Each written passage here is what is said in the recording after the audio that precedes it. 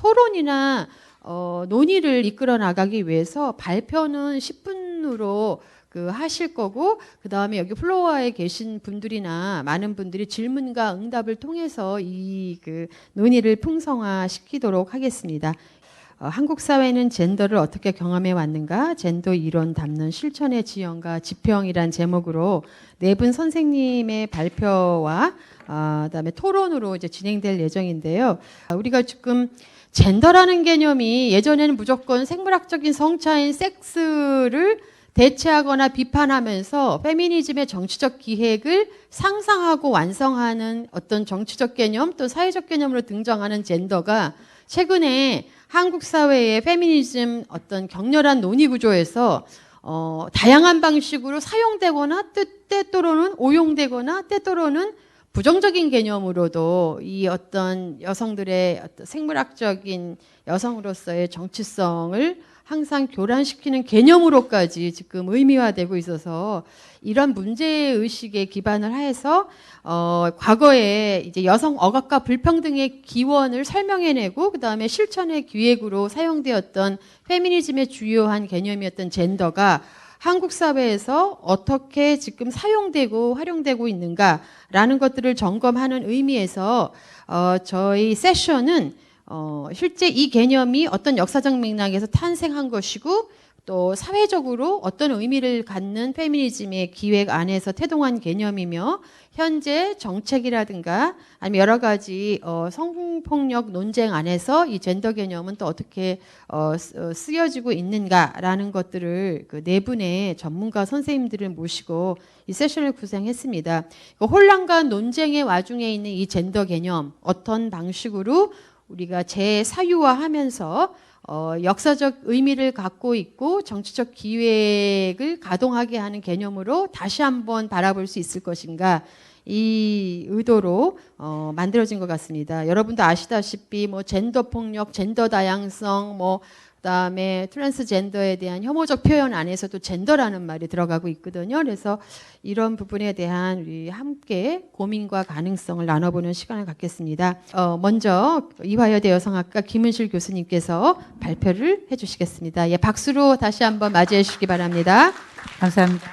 젠더 개념의 여성학적 역사성 그리고 한국 사회에서 지금 사용되고 있는 양성평등에 대한 아주 이야기인데 양성평등 이야기는 아주 간략하게 뒤에 덧붙이는 식으로 하겠습니다. 제가 여기에 앞에 에피소드 같은 걸 좀 갖고 왔는데요. 그것은 이제 젠더라는 말을 어떤 방식으로 우리가 이제 생각할 수 있는가 이제 하는 그 의미에서고요. 첫 번째 이제 제가 젠더라는 말을 가지고 수업을 맨 처음에 들었던 그 anthropology 젠더 앤드로폴로지인데 아마 anthropology of gender였던 것 같아요. 지금 생각해봤더니. 근데 이때 그 젠더라고 하는 그 말은 여성을 이제 그때 의미했었고요. 아마 이것이 최근에 우리 한국말로 번역됐을 때는 아마 성역할 인류학 이런 식으로 번역했던 것 같습니다. 그리고 제가 이제 그리고 이제 그 다음에 80년대에 젠더에 대해서 이제 굉장한 이론적인 논의가 되면서 이제 조한 스캇의 1986년에 나온 분석적 범주로서의 젠더라고 하는 논문이 나왔고, 그리고 이제 1990년대 1990년에 젠더 트러블 책이 나왔습니다. 그리고 제가 1993년에 이대에서 젠더를 이제 가르치기 시작을 했는데, 그때 이제 아마 1975년에 맨 처음에 이제 페미니스트 엔트로폴로지스트들이 나오면서 어떤 면에서는 각 나라에서 다른 방식의 어떤 성역할 수행이 되고 있고, 그리고 이제 여성들의 어떤 성역할이 문화에 따라서 굉장히 다르다고 하는 그 이야기를 쓴 우리나라에도 번역이 이제 김현미 선생님하고 이제 권숙희 선생님이 번역을 한 책인데 여성 문화 사회라고 하는 이 책을 1993년에 학생들한테 읽혔습니다. 그리고 1975년에 쓰인 이제 Toward the Anthropology of Woman이라고 하는 이 책은 이것도 이제 각 나라에서 이제 각각의 사회마다 다른 성역할을 이제 논하는데, 여기는 이제 막시스트 오리엔티를 갖고 있는 인류학자들이 쓴 책이었습니다. 그리고 1990년대 쓰여진 주디스 버틀러의 Gender Trouble, 그리고 1975년에 이제 쓴 또 굉장히 유명한 논문인데 Traffic in Women, 우리나라에서 여성 교환이라고 번역이 되는데요. 어떤 면에서는 그 섹스의 정치 경제학이라고 하는 그 논문이 75년도에 나왔고, 그 다음에 이제 섹슈얼리티가 얼만큼 이제 위계화돼 있는, 그리고 섹슈얼리티 논의에 얼만큼 빅토리아적인 어떤 서구에서 그 도덕률이 이제 있었는가를 이제 쓴 Thinking Sex 84년도에 나왔는데, 사실 이 책을, 이 논문들을 거의 동시적으로 이제 그 읽는 방식으로 우리가 사실 젠더를 공부를 했습니다. 젠더와 여성. 아무튼 그게 우리나라에서 어떤 면에서는 우리 여성을 공부하는 사람들이 여성과 젠더를 이제 공부했던 시작이 아니었나 이렇게 생각을 합니다. 그리고 이런 공부를 이제 시키는 저 같은 사람, 이제 많은 사람들은 메디컬 페미니스트라든가 아니면은 포스트 모던 페미니스트라고 저를 이제 그 칭했던 것 같습니다. 그다음에 세 번째 에피소드는 1996년에 일본의 오차노미치 대학에 이제 하라 히로코 그 선생님이 오셔가지고 여성 연구소를 젠더 연구소로 바꾸려고 그런다. 그래서 이제 우리 그때 당시 이제 아시아여성센터 소장인 장필환 선생님하고, 그때 저도 이제 교수였는데 이제 의논을 이제 하는 거예요. 그래서 여성이라는 말을 젠더로 바꾸는 것이 갖고 있는 이제 문제를 이제 토론을 했습니다. 그리고 하라 히로코 선생님은 사실은 여성 연구소가 맞다. 그런데 오차노미치 대학이 일본의 국립대학입니다. 그리고 거기에 영향력을 끼치고 있는 대부분의 교수들이 동경대학에 있거나 아니면 남자들인데, 그분들이 여성연구소가 여성온이라고 하는 생각 때문에 지지를 하지 않는다. 그래서 젠더 연구소를 바꿨을 때 훨씬 더 남성들이 지원을 받을 수 있을 것 같아서 바꾸겠다. 이런 이야기를 이제 하셨습니다. 이제 젠더의 그 관용이 달라지기 시작하는 이제 그런 그 것입니다. 그 다음에 아마 우리나라에 최근에 젠더 폭력이라는 말을 쓰잖아요. 그것도 사실은 젠더 베이스드 폭력이겠죠. 어떤 면에서 일본도 이제 젠더 프리라는, 젠더 프리 소사이티라는 말을 되게 많이 썼어요. 사실 그게 무슨 말인가 그래서 제가 이제 또 쫓아다니면서 물어봤죠. 도대체 젠더 프리 소사이티의 기원은 뭐냐 했더니 젠더 바이어스 소사이티, 젠더 바이어스 프리 소사이티인데 바이어스는 말이 빠지고 젠더 프리 소사이티가 됐다. 근데 그 빠졌을 때를 알던 사람들은 무슨 말인지 설명을 하지만, 많은 사람들은 젠더 프리 소사이티 뭐가 문제야? 이제 젠더가 프리된 소사이티가 있을 수 있을까요? 이제 우리가 이제 그런 이제 그 질문들을 이제 했었습니다. 그 다음에 이제 이 90년대에 젠더 논의들이 이제 되기 시작을 하면서, 그리고 2000년대 들어오면서 이대 여성학과가 이게 여성학과를 계속 유지할 거냐, 아니면 젠더 스터디스로 바꿔야 되냐, 아니면 여성학 / 젠더학으로 이제 바꿔야 되는가 하는 그런 논의를 한 적이 있습니다. 장필환 선생님 굉장히 강한 입장으로 여성학과로 있어야 된다. 이 부분은 아마 최근에 이제 우리가 아마 최근에 젠더와 여성이라고 하는 문제가 또다시 이제 등장을 하는 이 문제와 이제 맞물려 있다고 생각을 합니다. 장필환 선생님은 여성운동, 여성학을 필요로 하는 사회적이고 역사적인 요청이 있고, 그걸 필요로 하는 여성들이 존재하는 한 그거에 그 요청에 부응하는 방식으로 우리는 있어야 되는 것이다 하는 이제 그런 이야기를 했었는데, 이 부분은 사실은 최근에 이제 뭐 지식이 왜 존재해야 되는 것이지, 페미니스트 운동이 왜 정치학이 왜 있어야 되는 것이지, 그것들을 필요로 하는 사람과의 관계에서 어떻게 존재해야 되는가 하는 그런 질문들이 최근에 이제 많이 제기되고 있는데, 그것까지 맞물리는 것이 아닌가 하는 생각을 합니다. 그 다음에 다섯 번째는요, 아마 여기서 그 Question of Silence라고 하는 영화를 아마 본 분들이 옛날에는 많이들 봤습니다. 3명의 여성이 부티크에서 1명의 매니저를 죽이는 거예요. 죽이는다 너무나 강조를 내가 하는 건데, 아무튼 살인이 일어났어요. 근데 거기는 한 여성이 이제 그 옷을 이제 꺼내가지고 자꾸 이제 가방에 집어넣고, 그걸 보고 있던 여성들도 가방에 집어넣었는데, 그 매니저는 미쳤냐, 너희 뭐 하는 거야? 근데 이 세 여성이 그 남자를 죽인 거예요. 그리고 이제 재판이 일어나고 이제 이 정신 감정이 일어나고 하는 이제 그런 그 영화인데, 거기에서 재판장에서 재판관이 그런 이야기를 합니다. 이들이 이 사회에서 갖고 있었던 남성과의 어떤 트라우마 혹은 남성과의 어떤 관계에서 있었던 모독과 분노와 이런 것들이 채널링 됐던 어떤 그 순간을 그 이제 의사가 이야기를 하는데, 이제 그 재판관이 1명의 여성을 3명의 남자가 죽이는 걸 한번 상상을 해봐라 이렇게 말을 해요. 그랬더니 이제 막 그 피고인들 막 그 방청객 여성들이 웃고 난리가 나가서 휴정이 됩니다. 제가 이제 어저께 그저께 우리나라에서 이제 그 이수역 그 허프집에서 사건이 일어났습니다. 2명의 여자와 4명의 남자의 싸움이에요. 2명의 여자가 언어 폭력, 그 다음에 먼저 신체에 터치를 했다는 거고, 4명의 남자가 이 여성들과 이제 몸싸움을 했고, 근데 자기네들은 때리지 않았고, 이 남성들은 이제 방어적이고 여성들은 공격적인 이런 식의 이 퀘션 오브 사일런스에서는 그런 일이 일어나지 않는다라고 하는 일이 일어난 거예요. 그렇다면 젠더의 이제 그 체계가 바뀌고 있는 것이냐 하는 그 질문들을 한번 해볼 수 있다고 생각을 합니다. 여성학 연계 전공 모임이 우리 학교에서 있었습니다. 제가 이제 선생님에서 갔는데 우리의 이 최근에 이 대학생 영영 페미니스트가 저한테 질문을 했습니다. 나이 많은 페미니스트는 요즘 무슨 생각을 하고 살고 있고 무슨 일을 하고 있는지, 영영 페미니스트리 활동이나 페미니즘에서는 어떻게 생각하는지를 물었습니다. 그래서 저는 그들도 자신이 중요하다고 생각하는 일을 하고 있다. 그러나 자신들이 여러분들의 판을 깰까 봐 굉장히 조심한다 라고 하는 이야기를 했습니다. 지금 막 시간이 너무 갔는데요.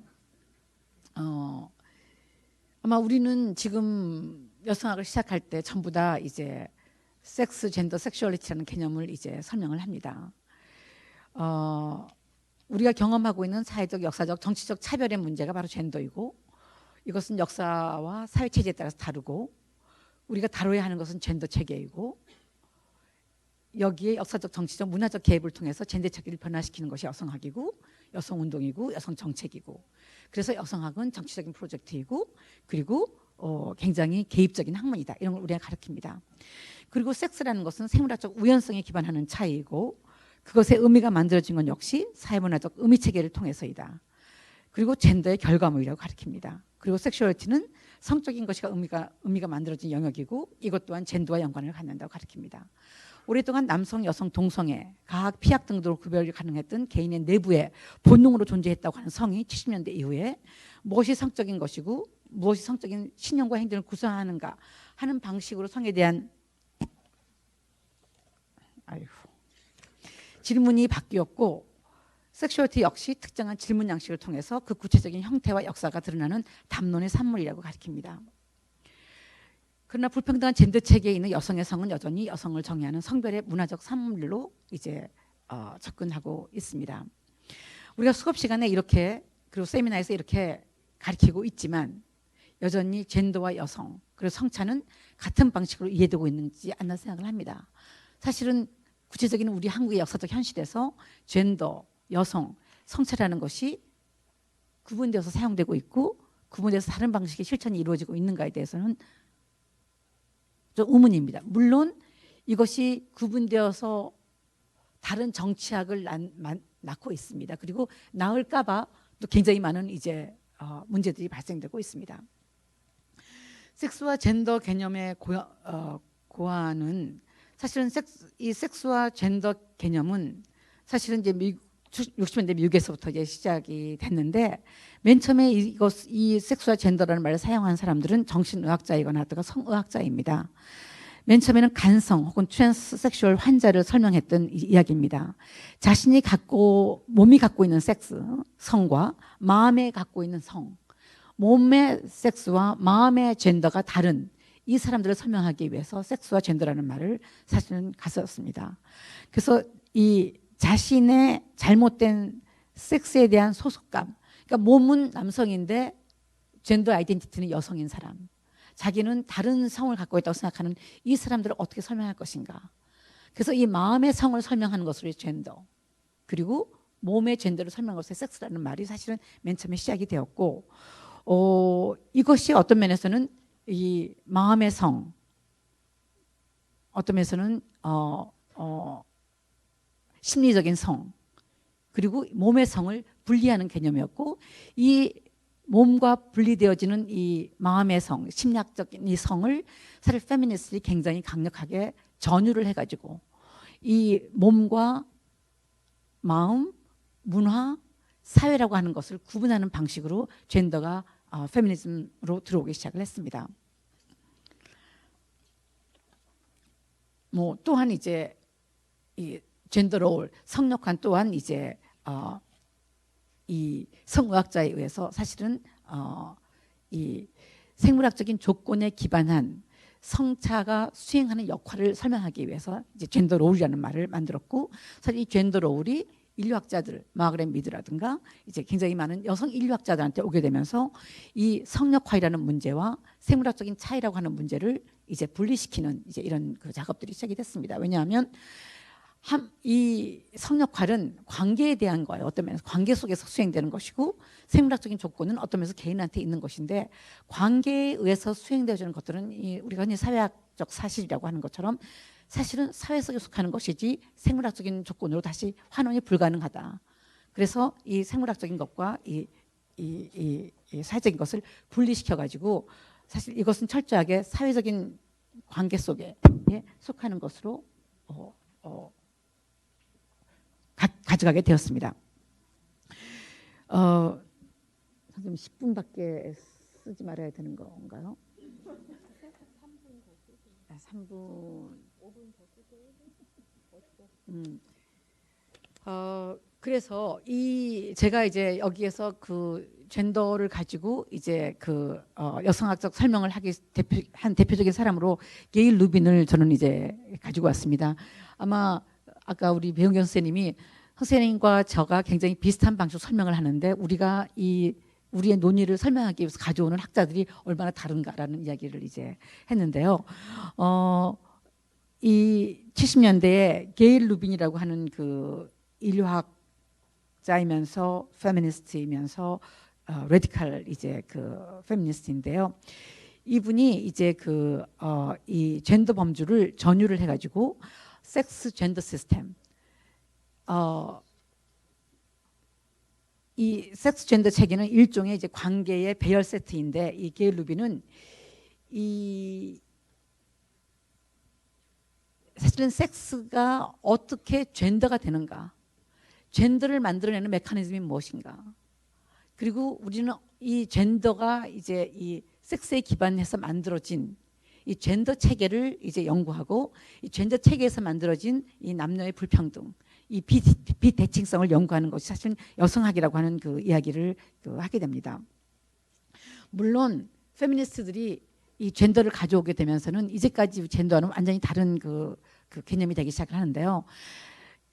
페미니스트들이 젠더를 쓰기 전에 젠더는 많은 경우에 여성, 남성, 그리고 제3의 성, 뭐 인디아의 히즈라라든가 아니면 인디언들의 버다치 같이 제3의 성을 설명하는 많은 그야말로 엔게의 성이죠. 엔게의 성을 설명하는 걸로 사용이 됩니다. 그렇지만 여기서의 젠더는 섹스와는 다른, 생물학적인 성차와는 다른 것을 분류하는 방식이에요. 근데 여성학자들한테 이것이 오기 시작하면서 이 젠더는 철저하게 위계적이고 권력적인 개념을 갖게 됩니다. 남녀에게 이 젠더를 사용하기 시작을 하면서부터는 이 젠더는 분류의 개념이 아니라 위계관계, 권력관계 속에 위치해 있는 남녀를 설명하는 개념으로 이제 전유가 되기 시작을 합니다. 그래서 이러한 맥락에서 70년대 여성 연구는 어떻게 섹스가 젠더가 되어가는 것을 규명하는 작업들이라고 생각할 수가 있겠습니다. 1970년대 가장 중요한 여성 종속의 기획에 대한 논의가 바로 이제 섹스 젠더 시스템에서 기인을 했는데요. 어떻게 남녀의 생물학적인 차이가 사회적, 정치적, 경제적 차별을 가져왔는가, 그 과정과 메커니즘은 무엇인가라는 질문이 제기되었고, 이 여성학적 질문은 여성들의 사회적, 정치적, 문화적 차별을 문제 삼는 것이었고, 이것이 바로 여성을 역사적, 정치적 존재로 접근하는 것이었습니다. 그리고 섹스는 자연적이고 고정된 것으로 이제 간주가 되었던 것입니다. 사실 70년대 어떻게 여성들이 종속되었나, 어떻게 여성들이 차별에 시작되었나, 어떻게 여성과 남성이 불평등해졌나는 이 질문이 바로 어떻게 섹스가 젠더가 되었는가 하는 이제 그 질문에 이제 기반해 있었다고 생각을 합니다. 그 다음에 이제 우리가 젠더에서 가장 중요한 이제 그 틀이 이제 후기구조주의 틀인데요. 이 후기구조주의 틀에서 우리가 이제 뭐 여러분 다 알고 있는 젠더 트러블, 뭐 조한 스카트 이런 사람들이 하고 있는 어떤 젠더에 대한 개념이 이제 어떤 면에서 후기 구조주의의 개념입니다. 후기 구조주의 페미니스트들은 이제 역사적이고 사회적인 현상으로 젠더가 있다면 본질적으로 존재하는 섹스는 무엇인가? 역사나 문화가 만든 위계만 없다면 단순한 차이와 구별인 섹스로 갈 수 있다는 말인가? 이제라고 질문을 합니다. 후기 구조주의 페미니스트는 이러한 아이디어에 기본적으로 도전을 하고 있습니다. 남녀의 차이가 있고 그 기반 위에 위계가 생긴 것이 아니라 위계가 먼저 있고 남녀의 차이, 구별 범주가 발생한 것이라고 보고 있습니다. 성체로서의 남녀 존재 자체가 남성과 여성의 젠더화된 관계에 그렇다면 무엇을 말해주고 있는 것인가? 섹스의 차이에 기반한 평등한 여성과 남성이 있을 수 있을까? 그들이 평등하다면 그들은 더 이상 여성과 남성으로 불리지 말아야 한다. 이미 불평등한 위계 속에서 구축된 여성성, 남성성을 넘어 평등한 여성과 남성을 상상하는 것은 불가능하다. 젠더가 이제 버틀러적으로 말한다면 이미 실천되고 있는 여성성, 남성성의 행위를 중거하며 그 행위들을 인용해 실천하고 수행하는 행위를 통해 구성하고 있는 상황에서 오리지널한 섹스의 여성과 남성이란 사실 이미 젠더의 픽션으로 존재하는 것이라고 말할 수가 있겠습니다.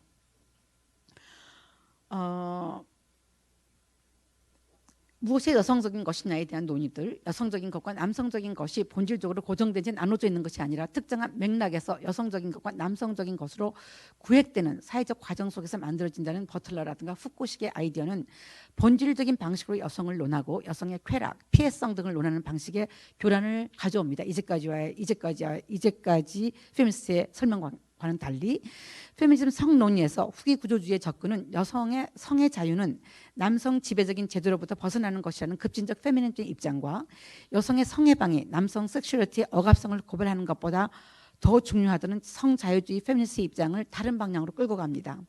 예를 들어 성폭력에 대한 문제에 대해서 기존의 접근과 다른 방향을 취하는데 급진주의 여성주의자들은 성폭력의 문제 해결을 주로 문제를 만든 남성을 처벌하는 것에 두고 있습니다. 그리고 그러한 방식으로 여성들을 치유해 왔습니다. 이것은 여전히 중요합니다. 그러나 성폭력 가해자에 대한 처벌은 성폭력적 행위에 대한 사회적 법적 처벌이지 그것이 곧 피해자 여성 자신에 대한 치유가 되지는 못합니다. 즉 성폭력의 문제를 가해자 중심으로 풀면 여성의 몸이 남성의 권력이 행사되는 장이라는 문제는 여전히 해결되기가 어렵습니다. 여성의 몸이 남성의 권력이 생산되는 장이 되지 않아야 문제가 해결이 되는데 그렇다면 여성의 몸이 아니거나 여성의 성이 권력이 되지 남성의 성이 권력이 되지 않은 방식으로 변화되어야 합니다.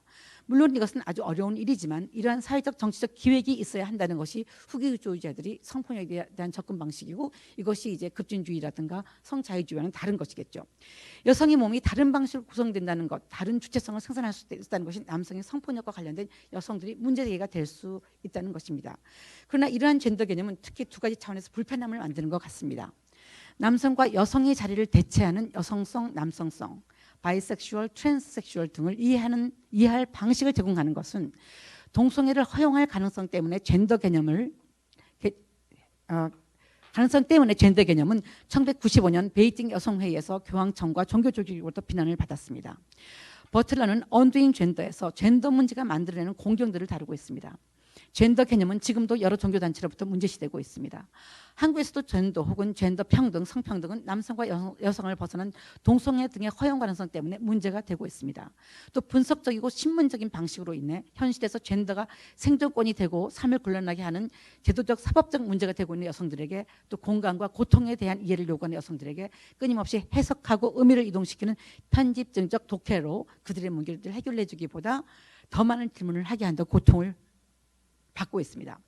정동으로서의 전례가 일어나는 사회에서 그리고 페미니즘 정치에서 후기 구조주의 젠더 개념은 문제 해결이나 치유, 욕망의 충족을 원하는 여성들을 힘들게 하고 있다고 이제 이야기되고 있습니다.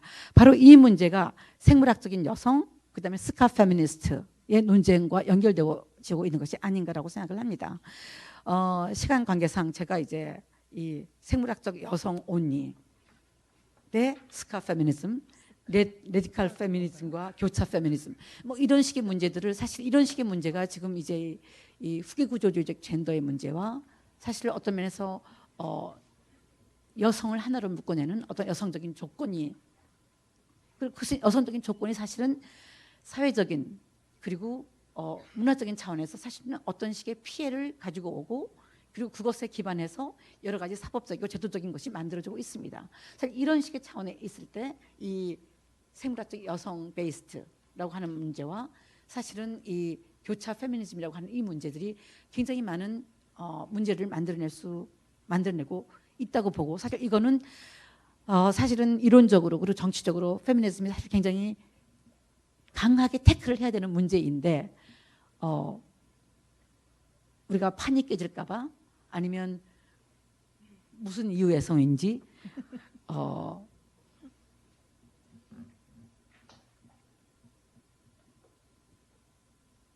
견디고 있습니다. 다 이제 그거를 이제 문제를 한번 제기해 보고 싶고요. 그 다음에 페미니즘 정치학 지금 우리 사회가 예를 들어서 스쿨 페미니즘, 스쿨 미투 같은 것들이 지금 일어나고 있는데 사실 이 스쿨 미투가 일어나는 중학생, 고등학생 그 문제를 누가 받을 건가? 지금 맹렬하게 일어나고 있는 이 10대 페미니스트들이 학교에 있는 교사 페미니스트, 커뮤니티에 있는 액티비스트들 사실 과거와 현재 굉장히 많은 페미니스트 어떤 역사에 그리고 운동의 자원과 자료들 그리고 각기 다른 페미니스트 운동 혹은 여성들이 가지고 있는 이 차이에 기반한 자원들 사실 이것들이 어떤 방식으로 동원되어지고 결합되어지고 연결되어져야 되는가 하는 이런 문제 또한 우리가 이제 다뤄야 되는 문제가 아닌가 하는 생각을 합니다. 여기까지 하겠습니다. 선생님께서 젠더 개념이 생겨났던 역사적인 태동과 페미니즘 안에서의 그 독해해왔던 방식들을 리뷰하시고 현재 한국 사회에 정말 놀라운데 스카 페미니스트도 이제 정식적인 언어로 등장하기 시작했네요. 그래서 역시 우리는 서로 상호 개입하고 교류해야 됩니다. 아니, 그거 좋은 것 같아요. 예, 그래서, 오늘 이 개념을 배원경 선생님께서 좀 연이어서 좀 깊이 있게 또 토론해 주실 거라고 생각합니다. 그래서 사회적 범죄로서의 젠더 개념화와 의의에 대해서 더 발표 부탁드립니다. 예. 말씀을 드리기 시작하면은 빠른 속도로 이걸 읽어 내려갈 거고요. 2017년인가? 작년인가 재작년인가에 그 양성평등 기본법이라고 하는 게 만들어지면서 여성 정책이 아니라 평등 정책을 해야 된다고 하는 와중에 여성은 여성만을 얘기하는 거고 젠더는 남성과 여성을 다 포함한다라고 하는 대단히 속류적인 이해 방식이 정책의 영역이나 지식 이른바 정책 연구라고 하는 아니면 운동가들조차도 그런 종류의 그 인식론에 그냥 딱 붙어 있는 거를 발견을 하고 너무 놀랬고요. 그래서 이제 그것과 관련된 논문을 하나 썼었는데 그 뒤에 이제 굉장히 또 대중적으로 또 헷갈리는 젠더라는 개념을 쓰는 거가 많이 보였어요. 예를 들어 나는 나의 젠더답게 행동하진 않아요. 이렇게 얘기하는. 예. 그러니까 네네 나는 그 내 젠더하고 꼭 맞춰서 해야 하지 않아도 되잖아요. 뭐라는 이런 말을 학생들이 이렇게 쓱쓱 하는 거예요. 그러면서 네네. 그러니까 이게 아마 선생님이 아까 말씀하신 저 스톨러가 처음 얘기한 그런 종류의 젠더인 것 같기도 하고 아닌 것 같기도 하고. 그래서 이게 뭘까? 이게 이 나의 젠더라고 하는 개인의 젠더? 그리고 그 다음에 이제 페이스북에서 그런 거, 영국 페이스북에서 자기 젠더 아이덴티티를 뭐 20개 선택할 수 있게 만들었다. 뭐 어쩌고 저쩌고 이런 거 막 나오잖아요. 그런 걸 보면서 저는 이제는 젠더라는 말을 젠더가 무언가라는 방식으로 질문해서는 안 된다라는 생각이 들었어요. 젠더가 어떻게 작동해서 우리가 경험하는 현실을 구성하는가? 젠더라는 말의 용어법이라고 하는 게 어떤 방식으로 확장되고 왜곡되고 은폐되는가라고 하는 부분을 좀 봐야 되는 거 아닌가라는 생각을 했는데 그걸 본격적으로 얘기하는 것을 저에게 요구하는 게 아니었고 그래서 저는 그냥 원래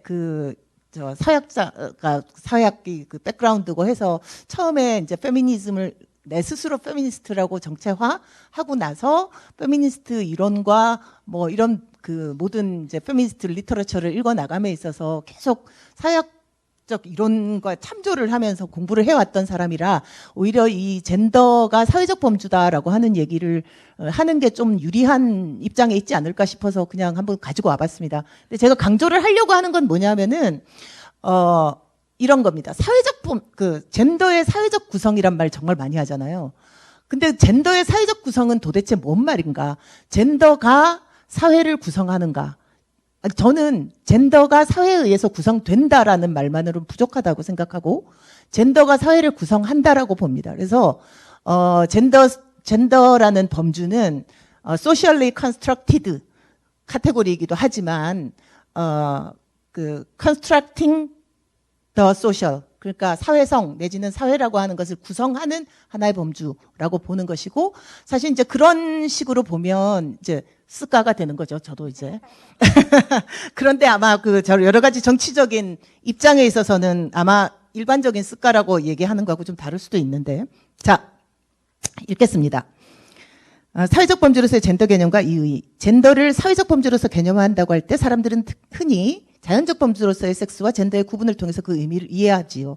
근데 이것은 제가 볼 때는 너무 초창기, 그러니까 아까 선생님 말씀으로 초창기가 아니고 60년대가 아니라 그 로잘도와 램피어 책이 나오고 이럴 때에 를 말합니다. 그래서 이 70년대 초반 페미니스트들에 의해서 젠더라는 영어 단어가 다시 발굴되고 새로운 맥락화를 통해서 재의미화되었을 때 문제의식에 기반한 것으로서 학계에서는 1980년대에 일어난 이른바 사회이론의 언어학적 전회 이후로는 살짝 낙후된 것으로 간주됩니다. 섹스와 젠더를 구분한다라고 하는 거에 골몰하는 거는.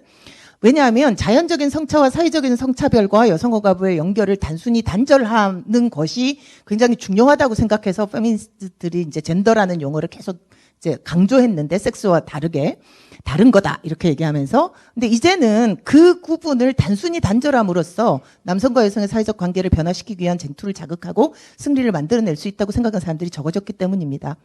그러고 그 뒤에 패러그래프는 그래도 그냥 읽을게요. 초창기의 젠더 개념은 사회적으로 구성된 성적 특실과 성역할 개념에 초점을 맞췄습니다. 남성성과 여성성은 태어나면서 배정된 성별에 따라 해당 사회의 규범적 성역할에 맞추어 각 개인에게 학습되어야 하는 어떤 것이었습니다. 유성 생식하는 포유동물로서 인간에게 암컷과 수컷이 있는 것은 자명한 사실이지만 이건 섹스.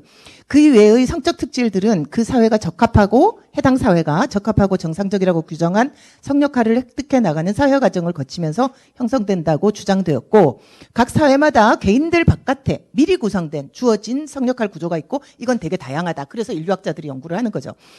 그리고 이것을 규범화하고 가치로운 것으로 간주함으로써 떠받치는 문화가 있고 남성과 여성은 성역할 사회화 과정을 통해 이를 내면함으로써 구분된 인성세계와 성격과 그 자아의 구성 이런 게 달라진다. 이거 발달 심리학이나 이런 쪽으로 더 연구를 하셨습니다. 그러면서 이러한 인성의 차이, 즉 사회적으로 구성된 성차라고 하는 것이 다시 성역할 구조를 유지 재생산하게 된다라고 하는 게 이제 말하자면 70년대에서 80년대까지 이렇게 주로 이제 주류 젠더 개념이었던 것 같습니다. 그러나 저는 이런 논리가 굉장히 여러 가지 문제점을 갖고 있다고 생각하는데 젠더라는 개념 자체를 비록 사회적으로 구성된 이라는 수식어가 붙었을 지언정 성차, 즉 남성과 여성의 차이 그 자체로 환원하는 문제가 가장 큽니다.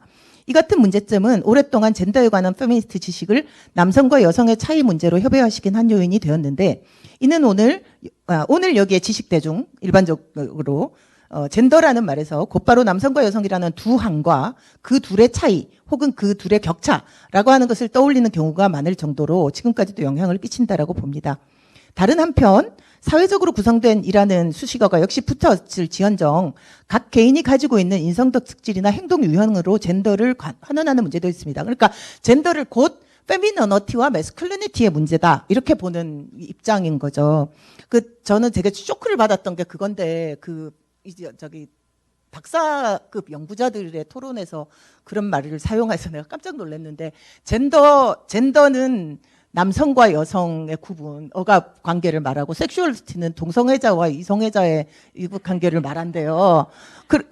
그래서 젠더와 섹슈얼리티만 보면은 안 되고 더 많은 분석을 해야 된대요. 근데 아무도 거기에 대해서 문제를 제기를 하지 않는 거예요. 그래서 결국은 실제로는 그래서 이거를 두 개의 항과 두 개의 항을 가진 두 개의 항과 그 항에 동일시하는 정체성을 가진 사람들의 문제로만 딱 이렇게 만드는 그런 방식이 완전히 지금 굳어져 있구나, 우리나라에. 그런 생각을 했고요. 네. 그런데 이제 이렇게 그러니까 근데 이렇게 그 사람들 개인이 가지고 있는 여성성, 사람들이 개인이 가지고 있는 정체성이라는 걸로 계속 얘기를 하게 되면 결국 그 분석단이나 사고의 단위 자체가 개인이 될 수밖에 없다는 거예요. 그 사람들, 피플 그 자체가 아니라 개인들이 모나딕하게 가지고 있는 특성이라는 것으로 자꾸 생각이 된다는 거죠. 그러면 결국 이 사람이 어떻게 바뀌는가 하는 거는 그 개인 주체의 결단에 의한 것밖에 안 되기 때문에 이제 그런 문제, 그래서 이제 다른 사람의 결단을 이끌어내기 위해서 타격하고 패고 뭐 이런 방식, 이제 이외에는 운동의 방식을 상상할 수 없게 되는 그런 문제가 발생을 하죠. 그래서 저는 페미니스트 정치를 이론화할 수 없는 젠더 개념이 되지 않았나라고 봅니다. 그래서 이 페이지 가시면 이 같은 난관을 타개할 가능성이 1980년대에 일어난 이른바 언어학적 전회, 담론적 전회 이후에 열렸다고 생각하고요. 저는 이제 그 다음 패러그래프로 넘어가서 크리스틴 델피의 다시 한번 젠더라는 개념에 대한 어떤 이야기를 다시 강조하고 싶습니다. 크리스틴 델피는 젠더라는 개념이 인류의 지식장에 등장함으로써, 그러니까 그 페미니스트에 의해서 생각된 70년대에 다시 재발견된 그 젠더라는 개념, 이 인류의 지식상에 등장함으로써 가능하게 된 세 가지 이론적 진보를 지적합니다. 이거를 남녀의 양성별 사이에 주관하는 모든 사회적인 차이나 임의적인 차이, 우연적인 차이를 하나의 개념, 젠더라고 하는 개념으로 모음으로써 그 차이들을 통합적으로 사과할 수 있는 어떤 길을 열었고, 그다음에 투 섹스지만 젠더는 하나라는 거예요. 근데 요즘같이 개개인들이 다 젠더다 이렇게 말을 하는 사람들은 젠더가 다르다 이렇게 얘기하면 뭐 이건 N개의 젠더가 있다 이렇게 얘기하겠죠. 그러나 이 크리스틴 델피가 말한 바와 같이 처음에는 페미니스트 이론 안에서 젠더는 단수형이었고, 그래서 투 섹시즈, 보스 섹스라고 하는 그 복수형에서 젠더라는 단수형으로 용어가 바뀜으로써 남성과 여성이라는 두 개의 분리된 부분에서 그 부분에만 초점을 맞추는 게 아니라 그 부분을 분리시키는 분리의 원리 자체로 강조점을 올리게 되었다. 그리고 그런 분리의 원리가 구성되고 강화되는 방식을 고찰함으로써 여성 억압을 만들어내는 위계와 권력관계를 제거할 수 있게 되었다라는 것입니다. 근데 제 생각에는 이러한 델피가 말한 이러한 진보는 젠더라는 개념 그 자체에서 분비되어 나오는 게 아니라 이 개념의 도입을 통해서 우리가 얻게 된 이론적 가능성에 대한 언급이라고 봐야 할 것 같습니다. 젠더라는 말을 사용하고 모든 것을 젠더화되었다라고 선언함으로써 이런 가능성이 현실화되는 것은 아닙니다. 젠더 권력이라는 개념의 섬세한 정의 없이 여자들에 대한 압제와 여자들의 불이익을 강조한다고 해서 젠더 억압이 분석되는 것도 아닙니다. 여기서 우리가 읽어내야 할 것은 분리의 원리 그 자체에 대한 통합적 사고와 그것의 역동에 대한 핍진한 분석의 필요성이라고 봅니다. 이런 점에서 저는 젠더를 역사적 범주로서 개념화한 역사적 히스토리컬 아날리티컬 카테고리 이렇게 얘기를 했죠. 그래서 그런 역사적 분석 범주라고 개념화한 존 스콧의 논의를 다시 한번 강조하고자 합니다. 그래서 이 사람이 이제 뭐라고 했냐면, 말은 좀 복잡하게 하는데 내용은 되게 쉬운 얘기인데요.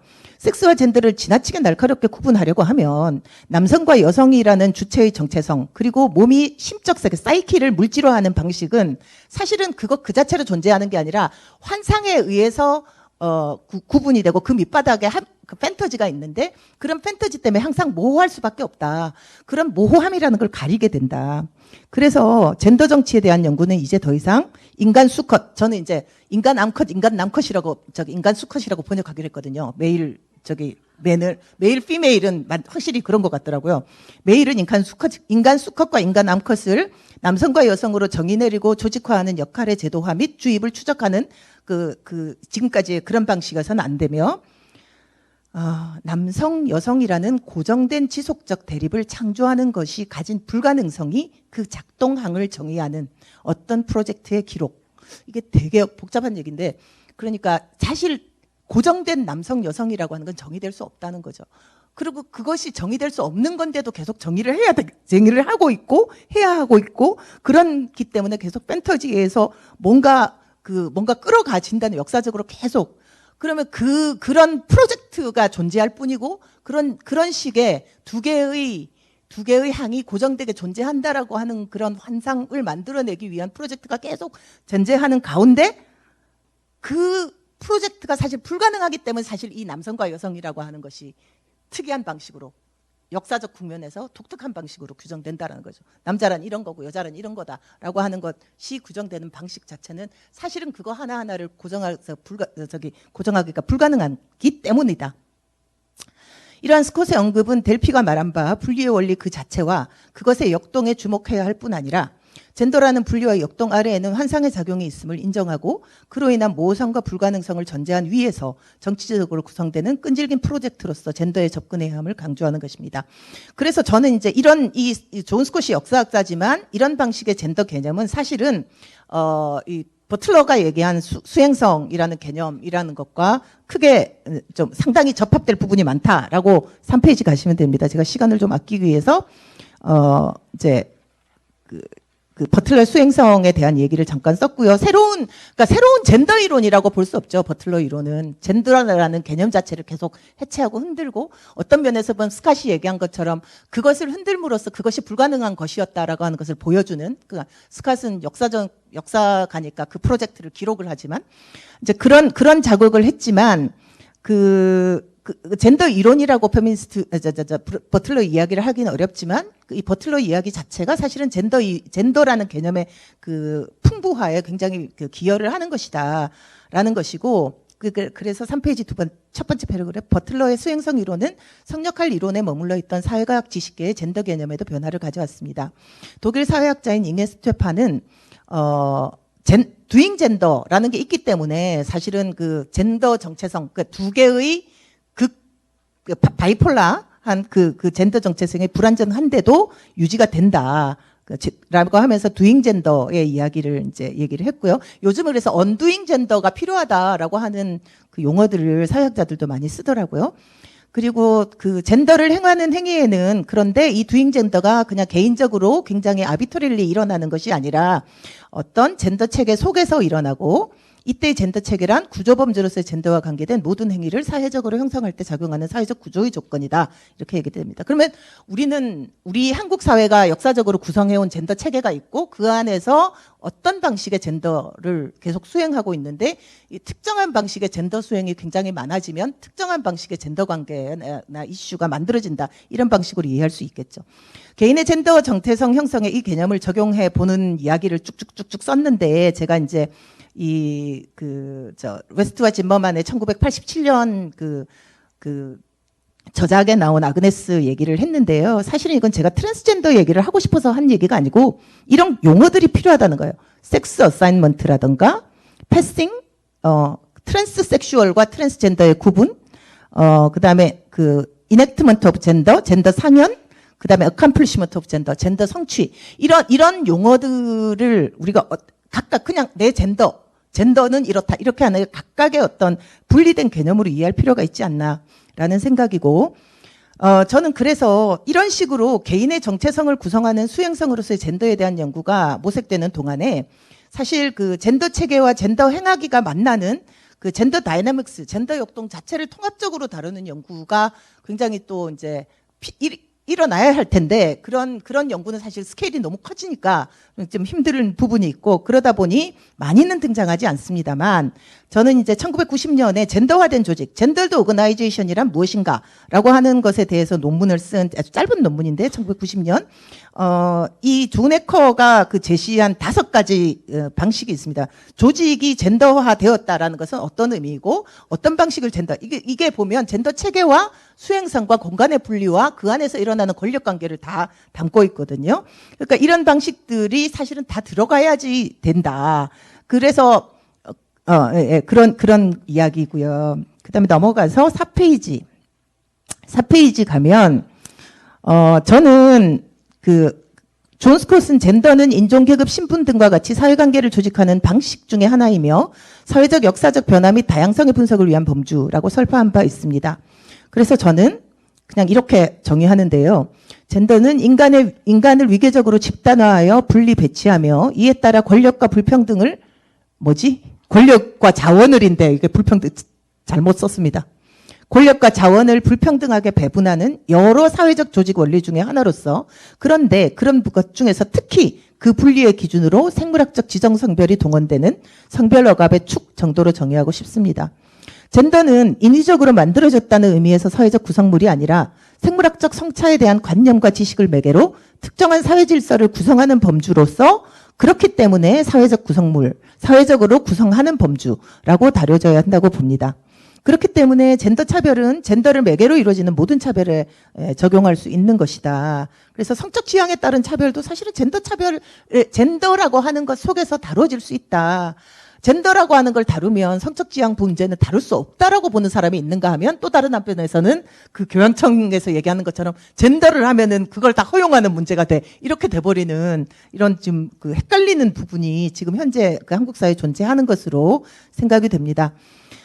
그 다음에 최근 페미니스트 이론가들 중에서는 섹스 젠더 시스템이라는 말은 파트리아키를 대체하는 말로 그 게일 러빈이 이미 제안을 1975년에 했었고요.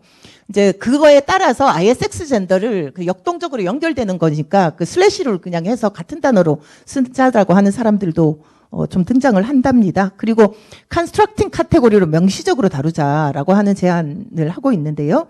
사람들은 사회 속에 존재하는 젠더의 작동에 따라서 등등등등.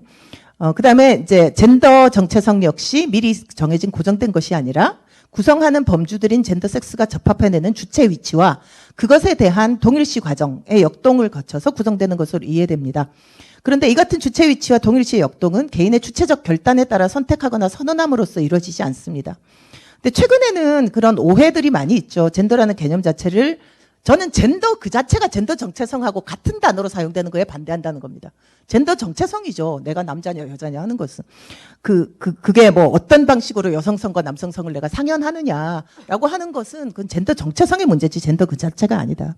그래서 그런 얘기, 그 다음에 젠더 정체성을 주관적 선택의 문제로 환원하는 문제가 뿐 아니라 젠더라는 개념 자체를 개인적 속성으로 환원하는 초창기 젠더 개념의 이론적 한계를 다시 반복하게 된다는 점에서 굉장히 우려됩니다. 그래서 저는 우리가 젠더를 분석하기 위해서 젠더라는 하나의 단어만 사용하면 되는 것은 아니고 이 섹스라는 거 쓴 것도 섹슈얼러티예요. 저 왜 이렇게 오타가 중요한 오타를 계속하는 섹슈얼러티입니다. 섹슈얼러티, 그다음에 섹스 어사인먼트, 성별 배정, 지정 성별 이런 개념들이죠. 젠더 구조, 젠더 체계, 젠더 수행, 젠더 관계, 젠더 성취, 젠더 성향과 같은 다양한 차원의 그 용어들, 개념들로 발전하고 좀 확장돼야 된다. 이런 개념들을 사용한 복합적이고 입체적인 분석에서 사회적으로 구성하는 범주로서의 젠더의 작동을 읽어내야 한다라는 것이죠. 또한 이러한 분석을 위해서는 젠더와 기타 여러 사회적 범주들 사이의 교차 속에서 발견할 수 있는 위치성 혹은 장소로서의 여성 혹은 남성이 꼭 필요하다. 젠더 분석을 하면 여성을 버린다. 이건 말도 안 된다. 그런 얘기고 교차성에 대한 강조뿐 아니라 그리고 교차성 페미니스트는 젠더 위계라고 하는 거를 무시한다. 이것도 왕왕 거짓말이다. 저는 강조하고 싶습니다.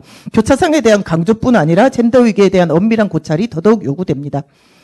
그래 그 뒤는 그냥 제가 보통 강의할 때 교차성을 이해할 수 있는 젠더 사회를 구성하는 범주로서의 젠더를 얘기하면서 사실은 여성은 위치성이고 그 위치성에 어떻게 동일시되고 어떻게 위치됨으로써 각 개인들이 남성 혹은 여성으로서 다르게 권력화된 존재로 사회적인 활동을 하게 되는가에 대한 예로 뭐 이 밑에 있는 여러 가지 얘기들을 들고 있는데 그냥 한번 보시라고 써봤습니다. 예, 고맙습니다.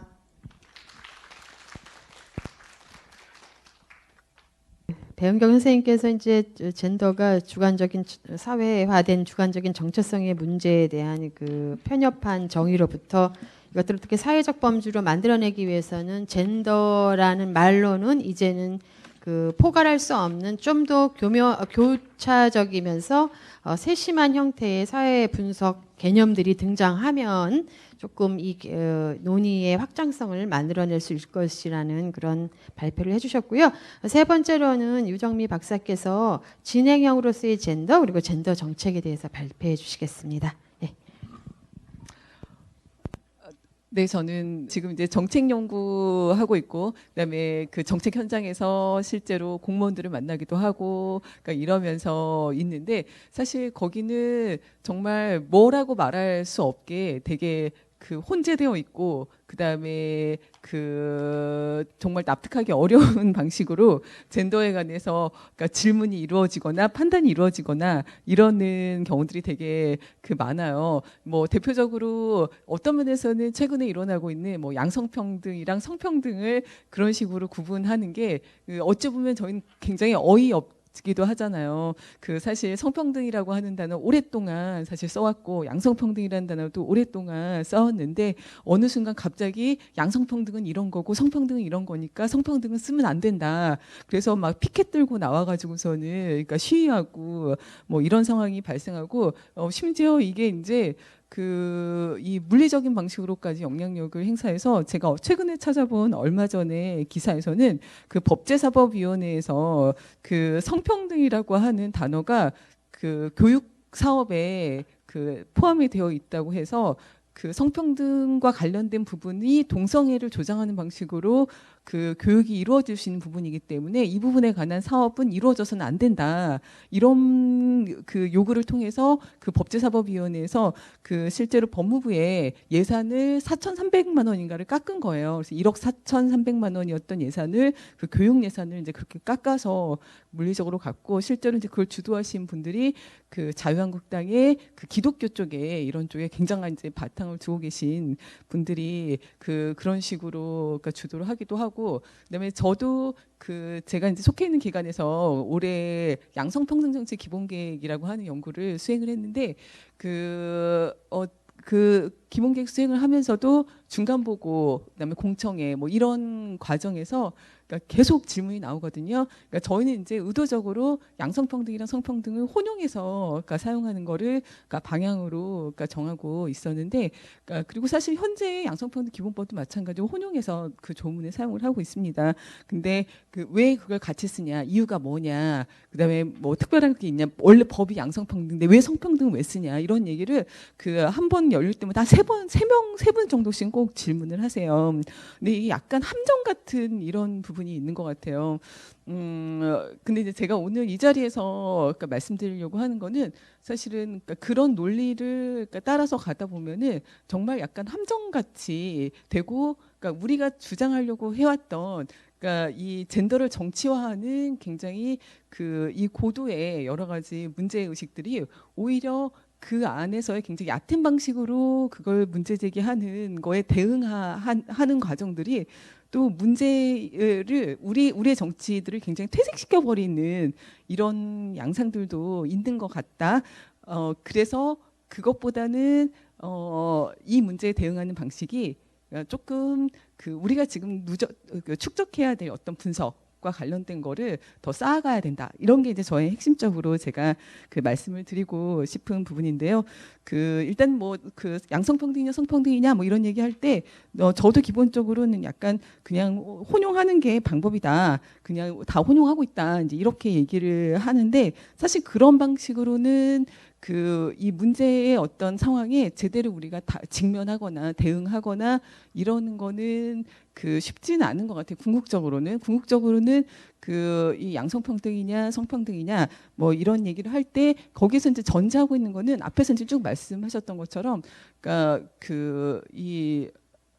젠더가 그러니까 기본적으로 굉장히 양성평등이다라고 하는 논리 자체가 이원적인 젠더 체계를 이제 기반으로 하고 있기 때문에 그러니까 궁극적으로는 어떻게 하면은 이원적인 젠더 체계라고 하는 거를 그러니까 넘어서서 그러니까 만들어낼 것인가라고 하는 부분을 우리 여성학 연구에서 그러니까 들어가지 않으면은 그냥 우리 혼용하는 게 방법이에요. 그냥 다 혼용하고 있고 공식적으로 그래요. 뭐 그러니까 이렇게 얘기하는 방법으로는 그러니까 그 질문에 계속 방어적인 방식으로밖에 되지 못하겠다. 이런 생각을 이제 이 발제문을 쓰면서 고민을 하면서 다시 한번 하게 됐어요.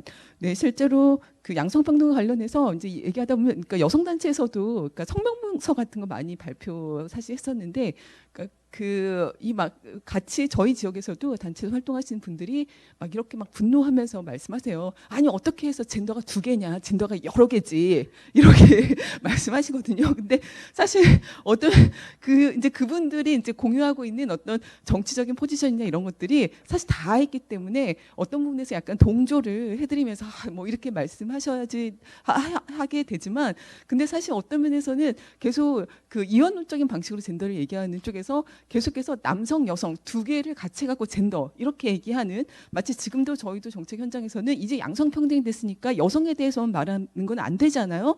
이렇게 공무원들이 이제 물어보거든요. 그러니까 이런 발상으로 이제 이야기하는 것에 대해서 대응하는 그냥 또 다른 대응 논리가 아니다, 두 개가 아니고 여러 개다, 젠더는 그냥 이렇게 해서 그 이야기를 대응하게 되는 방식이 있는데, 어떤 면에서 봤을 때 젠더가 두 개가 아니고 젠더가 여러 개다라고 말하는 방식은 사실은 젠더를 사실 우리가 그런 방식이 아니고 사실 그 범주로서의 여성과 남성을 구성해내는 방식, 범주로서 여성과 그 여성과 남성을 불평등하게 그 관계화하는 방식들, 그러니까 이런 것들을 문제 제기하려고 했었던 측면을 보면은 사실은 그 이 동성애 문제라든가 뭐 여러 개 젠더 문제라는 그것도 이제 하나의 문제로 어떻게 보면 설명할 수 있는데, 그런 논리로 이제 계속해서 그 전선이 그어지고 있는 양상들이 있는 것 같아요. 그래서 근데 이제 사실은 그런 논리 양상들이 막 있다고 해가지고서는, 그러니까 정책 현장 자체가 그래서 또 막 엄청 막 후퇴를 해갖고 양성평등 기본법이 돼가지고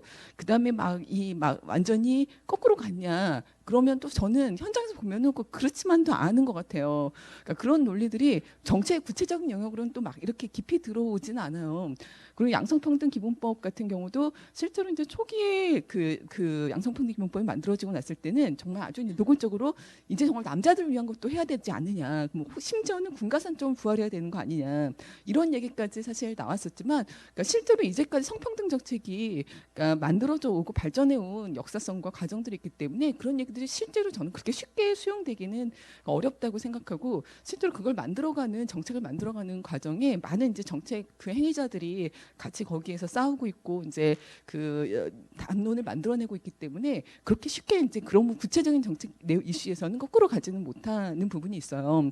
그래서 실제로 양성평등 그 정책 기본계획 이런 부분 같은 경우도, 그러니까 기존에 그러면 여성 정책 기본계획일 때보다 후퇴되었느냐라고 하면 사실 그렇지는 않거든요. 기존에 이제 남자들을 위한 그 정책이 필요하다라는 얘기가 있지만, 사실 그 남자들을 위한 정책은 남성들을 위한 성평등 교육 이런 쪽으로 이제 수렴이 되고, 남성들을 위한 돌봄 교육을 강화하는 거, 그러니까 이런 쪽으로 수렴되고 있는데, 사실 그런 방향은 그러니까 적절한 방향이고, 기존에 이제 그 여성 정책 기본계획이라든가 이런 것들을 더 이제 발전시키고 훨씬 더 이제 근본적인 방향으로 그러니까 이 개선을 한다, 이런 쪽에 오히려 더 초점을 맞추고 있어서 그게 꼭 제가 이제 3페이지 정도로 이제 넘어가는데요. 그러니까 더 후퇴되었다거나 뭐 이렇게 말할 수는 없지만, 오히려 이제 지금 그러니까 진행되고 있는 양성평등과 성평등에 관한 논의들은 앞에서 말씀드렸던 것처럼 굉장히 얕은 수준으로, 그러니까 두 개의 젠더냐 여러 개의 젠더냐 이게 이제 첨예한 어떤 논리처럼 되면서, 오히려 지금까지 우리가 그 정책 현장에서 온갖 여러 가지 혼란들 속에서도 그러니까 이 만들어 왔었던 어떤 정책적인 성과들이 저는 있다고 생각하거든요.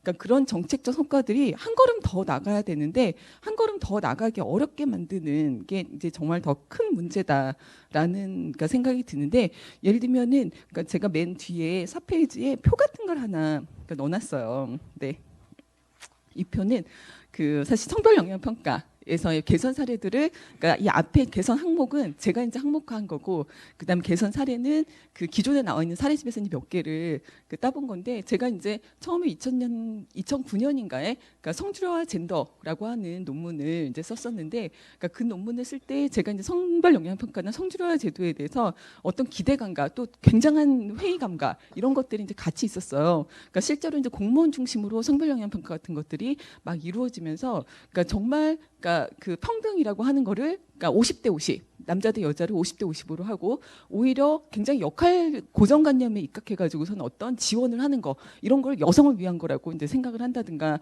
이런 양상들이 있어서 실제로 굉장한 회의감들이 약간 있기도 했는데, 그러니까 그 사이에 이제 저도 잠깐 다른 데서 일을 하기도 하고 뭐 또 그 많이 이제 제도가 그 많은 사람들의 집단지성을 통해 가지고서는 발전을 해온 부분들이 있는 것 같아요.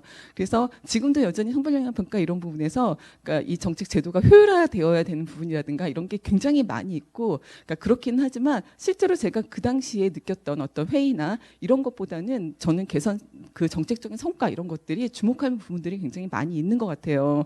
예를 들면은 그러니까 개선 항목 이런 부분에 이제 제시한 부분들을 보면은 그러니까 실제로 기존의 어떤 정책이라든가 뭐 사업이라든가 법률이라든가 이런 부분들에 어떻게 이제 성역할 고정관념이 작동하고 있는가, 그다음에 정책 과정의 프로세스가 어떻게 그 성별에 관한 이해들을 가지고 계속 만들어지고 있는가. 사실 그런 과정들이 젠더를 일상 속에서 계속 구성해내고 만들어내는 기제들이 되는 거잖아요.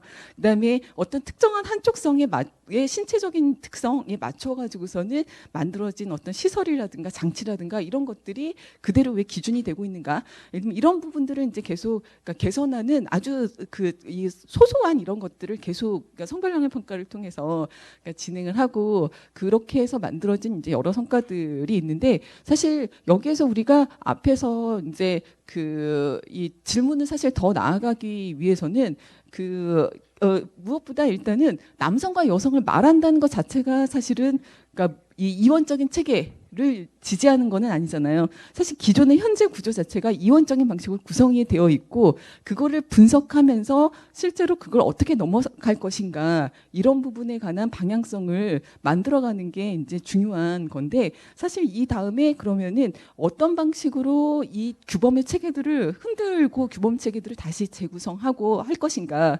사실 어떤 경우에는 그냥 이 남녀에게 동등한 방식으로 그 어떤 균형적인 방식으로 하기도 하고, 그러니까 남성과 여성에게 포괄적으로 어떤 이 제도의 수용성을 넓히기도 하고, 혹은 아예 그 새로운 기준들을 만들어내기도 하고, 예를 들면 기존에 예를 들면은 뭐 청약주택 제도 이런 거 부양가족을 산정하는 방식들 이런 것도 이제 성별영향 평가를 통해서 개선된 부분들이 있어요. 그러면 예를 들면 기존에는 남자 쪽 가족들만 그러니까 부양가족을 인정했는데, 그러니까 지금은 성별영향 평가를 통해서 여자 쪽 가족들도 부양가족을 인정하게 하는 방식으로 이제 변화가 되거든요. 근데 나중에 이제 더 나아가선 그걸 떠나서 가족이라고 하는 것을 우리가 정의하는 방식이 달라지면은 그거 이상의 우리가 대안을 사실 만들어내야 되는 거고, 그렇다고 하면은 중요한 거는 이렇게 젠더 규범에 관한 것들을 그러니까 개선해 나가는 구체적인 방향이 무엇인가에 관한 컨텐츠들, 그다음에 논의들을 계속해서 쌓아가고 누적해 나가고, 그러니까 이런 부분들이 결국은 이제 정책에서 해내야지 우리가 나중에 이원적인 젠더들을 어떻게 이제 대응할 것인가라고 하는 문제에 맞닥뜨렸을 때 우리가 이런 자산들을 가지고 있어야지 사실 대응을 할 수 있을 거라는 생각이 들고요. 말씀드렸던 것처럼 그냥 두 개의 젠더나 여러 개의 젠더나 이런 식으로 이 대응이 되고, 그다음에 사실 굉장히 혼란스럽게 이렇게 가는 방식보다는 구체적인 이제 정책 분석에서의 이 대안들을 넓혀가는 방식이었으면 좋겠다, 이런 의견을 말씀드리고 싶습니다.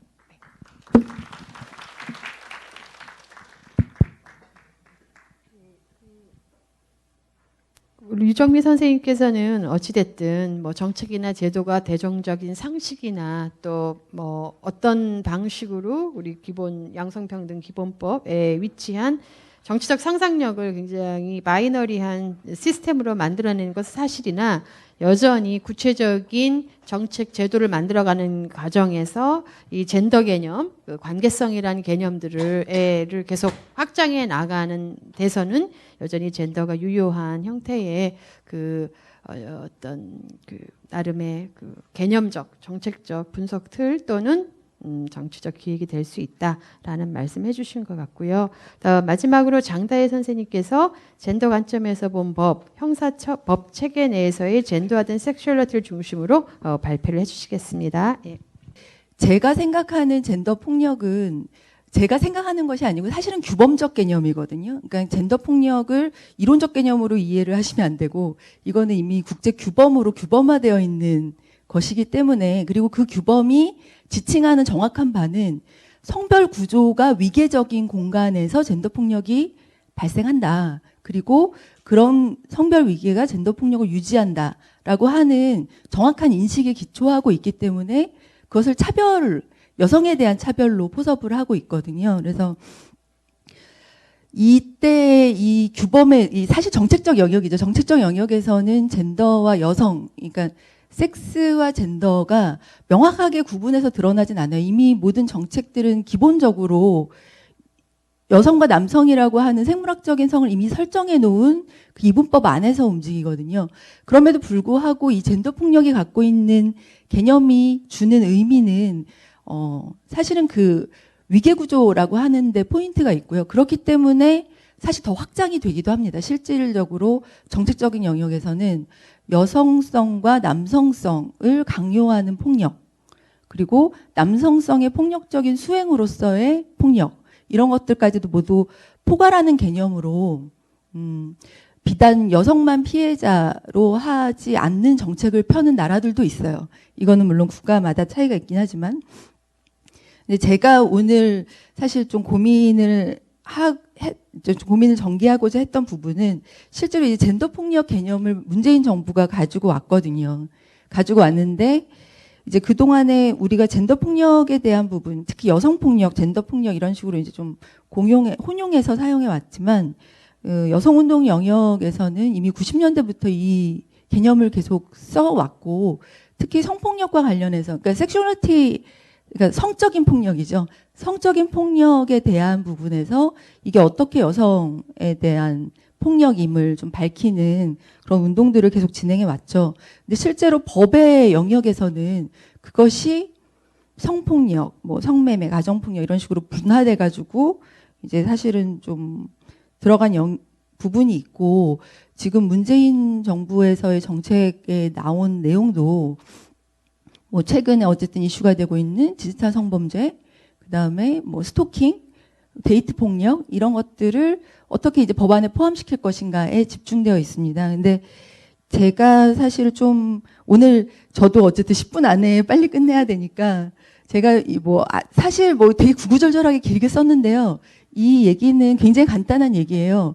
뭐냐면 실제로 결국에 이 형사법 체계 안에서 과연 어떤 것을 성적인 폭력으로 의미 구성하는가, 그러니까 규정하고 있는가, 명문이 어떻게 규정하고 있는가, 그리고 보호법익을, 그러니까 우리가 성적 자기결정권이라고 알고 있는 그 보호법익을 어떻게 해석하고 있는가에 이 사실 젠더 폭력이라고 하는 이 구조적 개념이 굉장히 중요한 역할을 새롭게, 그 의미를 새롭게 구성하는 중요한 역할을 할 수 있겠다는 사실은 좀 그런 제언을 하려고 하는 거였고요. 맨 처음에 이제 초반에 제가 좀 사실 올해 온라인, 그러니까 디지털 성범죄죠. 온라인 성폭력 문제를 연구를 했어요. 그러면서 지금 90년대, 그러니까 성폭력 처벌법 처음 생길 때 통신매체 이용 음란죄가 처음 생겼고, 그 다음에 90년대 후반에 카메라 등 이용 촬영죄가 처음 생겼거든요. 근데 그 전에 형법에는 그런 용어가 없었죠. 성적 욕망, 성적 욕망을 불러일으키는, 성적 수치심을 불러일으키는 뭐 타인의 신체라던가 아니면 그러한 방식의 뭐 그런 목적이라고 하는 규정들이 없었는데, 그 규정들이 처음 생긴 것이 이제 90년대 성폭력 처벌법에서 처음 생겼습니다. 근데 이때 이 성적 욕망이라고 하는, 성적 수치심이라고 하는 표현들은 제가 이제 뭐 중간에 설명을 해놨지만 결국 사실 음란 개념에서 나오는 거거든요. 음란은 우리가 성풍속에 관한 죄에서 음화반포 뭐 이런 것에서 처벌하는 음란 개념이에요. 음란은 결국 일반인의 관점에서 성적 수치심이나 혐오감을 일으키는 물건들에 대한 얘기를 하는 거죠. 음란물. 그게 음란물이거든요. 음란물에 대해서 규제하는 정책들을, 그러니까 처벌법에서 펴고 있는데 그 개념이 고스란히 이제 이 법에 들어갑니다. 근데 굉장히 낯설다고 생각을 하시겠지만 실제로 성폭력 처벌법에서의 목적은 기본적으로는 개인의 생명과 신체뿐만 아니라 건전한 사회적 질서라고 하는 것을 굉장히 중요한 목표로 설정을 하고 있어요. 그러니까 성폭력 처벌법 자체가 개인의 법익을 침해하는, 개인적 법익을 침해하는 것만이 아니고 사회적 법익을 침해하는 것까지 다루겠다라는 부분을 명백하게 하고 있고, 성폭력 범죄에 열거할 때 음화반포나 이런 얘기들이 들어갑니다. 그러니까 그런 조문들이 들어가 있어요. 그러니까 근데 우리가 성폭력은 성적 자기결정권이라고 하는 개인의 권리에 대한 침해라고 생각을 하시잖아요. 근데 여기서 바로 성적이 무엇이냐, 무엇을 법에서 성적으로 보느냐라고 하는 부분이 사실상 이 사회적 질서랑 굉장히 맞닿아 있는 부분입니다. 그러니까 부적절한 성적 속성을 지닌 행위들을 개인의 의사에 반해서 하는 것이 성적 자기결정권의 침해고요. 그 부적절한 성적 속성이라고 하는 것이 이미 사회 질서라고 하는, 그러니까 그거를 어떻게 표현하냐면 성적 수치심, 성적 욕망이라는 표현으로 표현하고 있는 바로 그 문구에 담긴 내용입니다. 이런 측면이 결국에 어떻게 가냐면 이 성적 수치심이 왜 성적인 어떤 내용이랑 연결이 되냐. 여기는 여성의 성적 수치심이라는 표현은 없습니다. 하지만 기본적으로 여기에 깔려 있는 것은 여성의 성적 수치심이에요. 여성의 성적 수치심을 연결시키는 애초에 사실은 그 규정은 거슬러 올라가면 정조부터 시작을 하는 거죠. 그러니까 그 전에 이미 규정상에서 정조를 결국 사회적 음란성과 개인의 성적 수치심을 연결시키는 방식으로 사실은 정조 개념이 구성되어 있었던 거죠. 그러니까 부적절한 성적인 어떤 태도 이런 것들이. 근데 이런 개념은 결국에 여성에 대한 구획을 계속 가져옵니다. 형법에서는, 그러니까 아청법에서는 성매수에 관한 범죄가 있죠. 성매매는 성매매에 대한 범죄고요. 성매수는 아동 청소년은 성매수 대상이 돼도 사실 처벌을 하진 않아요. 근데 뭐를 하냐면 대상 청소년이 돼서 일종한 뭐 보호 처분이나 이런 대상이 되죠. 그러니까 피해 청소년과 대상 청소년을 나누는 기준이라고 하는 것이 바로 그런 부적절한 성적 속성을 가진 행위에 동조했느냐 아니면 동조하지 않았느냐라고 하는 그런 기준으로 계속 나누고 있는 겁니다. 거기 그런 확장들이 결국에 실제로 지금 현재 우리가 이제 디지털 성범죄라고 이야기하는 그 카메라 등 이용 촬영이나 통신매체 이용 음란죄의 판단에도 끊임없이 작동을 하는 거예요. 그래서 사실 피해자들은 자신의 성적 자기결정권이 침해됐다라고 이야기하지만 실질적으로는 그 사회적 기준, 음란의 기준에 의해서 지속적으로 그것이 정말 일반인의 눈에 보기에 음란한가를 평가하는 거죠. 그래서 예를 들어 뭐 카메라 등 이용 촬영에서 이제 가장 많이 나오는 것이 여성의 일반적인 노출. 그러니까 보통 이제 길거리에서 여성을 촬영하잖아요. 길거리에서 여성을 촬영하는데 그 여성이 그냥 이미 노출이 심한 옷을 입고 있죠. 그 노출이 심한 정도가 그냥 이 사람이 어차피 다닐 수 있는 정도로 노출이 심한 정도를 한다면 젊은 여성들이 요즘 이 정도의 노출을 하니 이런 모습을 찍어도 그게 특별히 가슴을 강조하거나 성기 부분을 강조하지 않는다면 이거 자체가 음란하지는 않은 게 돼요. 그러니까 보통 이제 사실은 카메라 등 이용 촬영이라고 생각하면 내 사생활이 침해당했으니까 처벌을 할 거라고 생각하시지만 실제로 그것이 이제 그런 음란의 기준에 따라서 되게 달라지는 거죠. 근데 이 부분은 제가 좀 고민이 거기서 어디로 튀었냐면 사실 저는 성적 수치심이라는 용어가 실제로 형법에서 제거돼야 되는 용어라고 계속 생각을 해왔었거든요. 근데 너무 놀랍게도 많은 피해자들이, 특히 여성 피해자들이 본인이 뭘 느꼈냐라고 하면 성적 수치심을 느꼈다고 말씀을 하세요. 근데 이 부분은 사실 디지털 이 성범죄에서 더 심하거든요. 그러니까 이제 성적 자기결정권의 침해라고 하는 것을 성적 수치심으로 표현하는 게 왜 그러냐면 이미지를 이용하는 성폭력이 그 이미지를 유포하는 방식으로 여성의 피해를 주는 거죠. 그 피해는 실제로 여성이 가지고 있는 사회적 수치심을 불러일으키는 거예요. 여성에게 사회적 수치심을 주는 행위예요. 그러니까 여성에게 신체의 어떤 생명에 해를 주진 않지만 여성의 사회적 수치심, 성적 사회적 수치심을 사실은 침해함으로써 여성에게 피해를 주는 거죠. 이 부분이 실제로 되게 중요한 부분이라고 생각합니다. 왜냐하면 어떤 것을 우리가 피해로 인식하고 있냐는 결국 그 사회에서 어떤 것이 부적절한 성으로 다루어지냐, 부적절한 특히 여성의 성으로 다루어지냐는 것이고 실제로 여성의 사회적 수치심이라고 하는 그 부분은 결과적으로는 여성이 이미 음란한 여성이라고 낙인 찍히는 바로 그 사회적 수치심과 연결이 되는 연결이 되거든요. 그래서 실제로 이런 구조, 그러니까 결국에 여성을 끊임없이 성적 대상화함으로써 그리고 그 여성을 끊임없이 이중규범으로 구획함으로써 여성에게 피해를 주고 그다음에 여성에게 이 폭력을 주는 이런 것들이 바로 그 젠더 폭력에서 얘기하고 있는 그 사회 구조라는 거죠. 그래서 사실 이제 제가 마지막에 제안한 거는 그동안에 우리가 지금 사회적 법익이라고 하는 건 건전한 사회 질서잖아요. 근데 그 건전한 사회 질서의 내용이 뭐냐라고 하는 것을 더 탐구해서 들어간다면 거기서 이 젠더 폭력이 무엇을 지향하려고 하는 개념인지가 사실은 되게 중요하게 고려가 돼야 된다고 생각을 하고요. 그런 면에서는 결국에는 평등의 문제인 거죠. 그러니까 여성을 계속 이런 폭력의 대상으로 차별하는 이런 사회 구조를 바꾸고자 하는 게 젠더 폭력에 대한 대응의 정책적인 방향이거든요.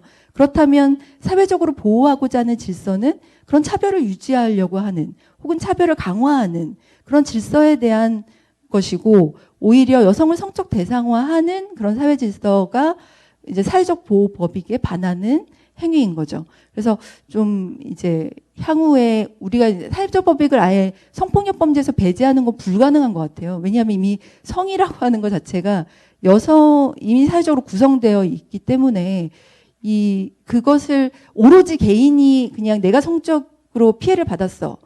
내가 성적 수치심을 느껴라고 한다고 뭐 되는 건 아니고 결국 그 사회의 관계 속에서 무엇을 성적인 피해로 인식하느냐가 끊임없이 연결된 개념이기 때문에 사회적 법익에 대한 부분은 전 중요하게 고려가 되어야 된다고 생각을 하고 다만 모든 사회적 법익을 범죄화하는 것에 대해서는 좀 어렵다. 그런 면에서 사실은 이것도 습가로 갈 수 있지만 차별금지법으로 가야 되는 사실 굉장히 중요한 부분이 바로 이 지점에서 나온다고 생각합니다. 사회적 법익 여성을 계속 성적 대상화하는 그런 사회 구조에 좀 대응하기 위해서 실제로 이제 사회적 법익에 대한 부분은 차별금지 영역으로 좀 갈 수 있었으면 하는 게 이제 제 제언입니다.